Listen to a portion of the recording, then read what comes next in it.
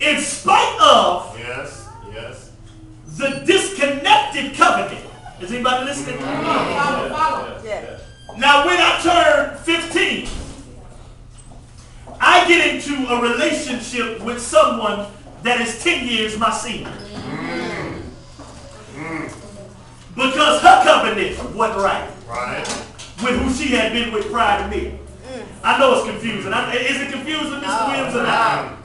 Now listen. I said, now son, I don't understand why you did this.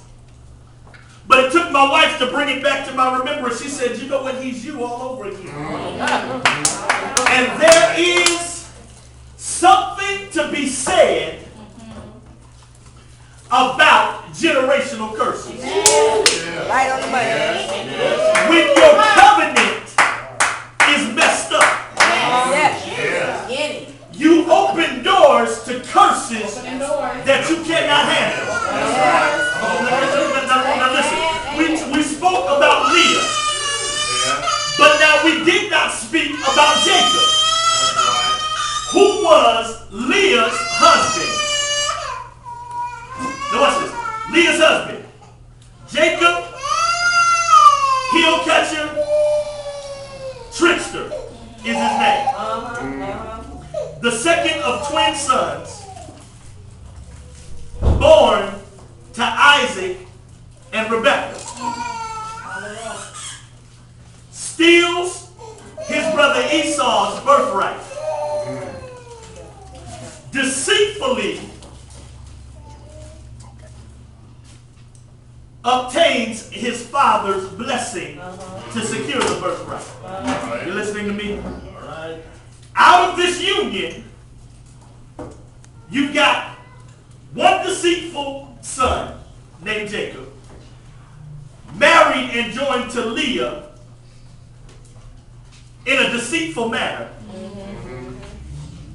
Born to that union is Diana, a child that would be raped because mommy and daddy should have never been together. All right. Are y'all listening to me? All right. Here it is. Stop it. I want y'all to understand this. The word soul means the principle of life. Feeling, thought, actions, and humanity.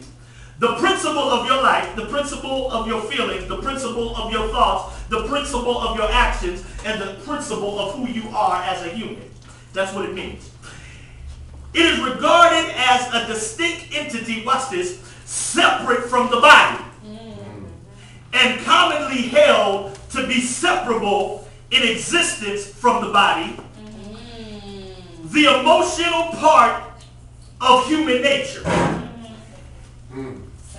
Do you understand why soul ties are so much different than physical ties? Because the soul tie not only deals with who you are emotionally, but it can separate you spiritually. Are y'all listening to me? Come on. It does not only touch on your physical being, but if you don't deal correctly with it, it will disconnect you from the only thing that keeps you every day. God will not dwell in an unclean temple. That's right. The temple being not just your body, but being likewise your soul. Now I want you to look at that word tie. The word tie means to bind, to fasten, or attach with a cord, string, or anything lightly drawn together and knotted. I don't think y'all caught it. Did they get it, Mr. Williams? I don't think they got it. I'm not talking, Papa. I don't mean to put you on blast, but I ain't talking about silk. Okay. All right. I ain't talking about what Papa got around his neck. But the principle of what he's wearing applies to what we are saying. Okay, make it plain. Make it plain. Yeah. Because the only thing that is holding the tie to the shirt Come on now. I see it, Reverend. is his knot That's right. and his neck. Neck is neck. That's the neck. Uh-huh.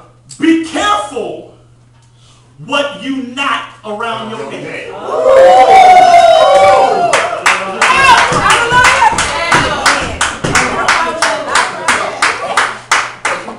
Give me some of the If you knot the wrong thing to your neck, And then it's bondage. it ceases from being a tie and becomes bondage and a noose. Is anybody listening to me? A tie can keep you together, but it can also kill you. Are you listening to me? So when you bind yourself to something, it has to be divinely connected. Because if it is not the white of the egg, it becomes the yolk of the egg.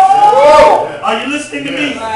And when you are not yoked correctly, you put yourself in a position where not only you suffer, but everything that will take place after you connect yourself will suffer. Are you listening to me? Diana is suffering now because Leah and Jacob should have never been together. Are you listening to me?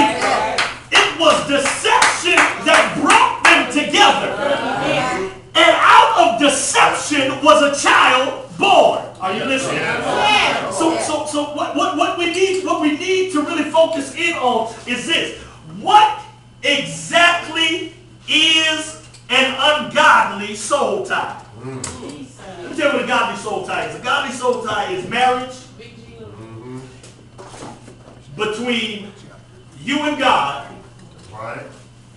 or you and your spouse, that has been sanctioned by God. Let me tell you something. This marriage has been sanctioned by God. The first one was not sanctioned by God. And I need to dispel some rumors in here for y'all. The Bible declares that the husband is the head of the wife. Yes, it does. It does. But he can only be a head if she is able to follow him That's right. as he follows Christ. Are you listening to me? Because the husband has to be able to give himself for the wife. Even as Christ gave himself for the church. Come on, preacher.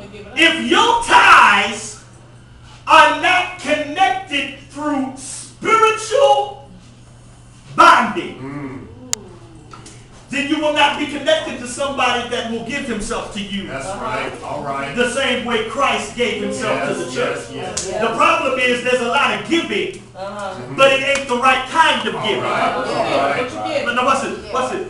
It's a marriage. It's the relationship between parents and children, and it's friendships. That's a godly soul tie. He who would have a friend must first find himself friendly. Parents and children, what's that? Children, obey your parents in the Lord, for this is right. Okay? Marriage. Marriage is honorable. For this cause will a man leave his mother and father and cleave to his wife, and the two become one. Now listen, if you have got two separate entities of one person, you've got confusion. Are you listening to me? If you are on the right and she is on the left, you've got confusion. If you are up and she's down, you've got confusion. Are you listening? Now let's look at an ungodly soul tie.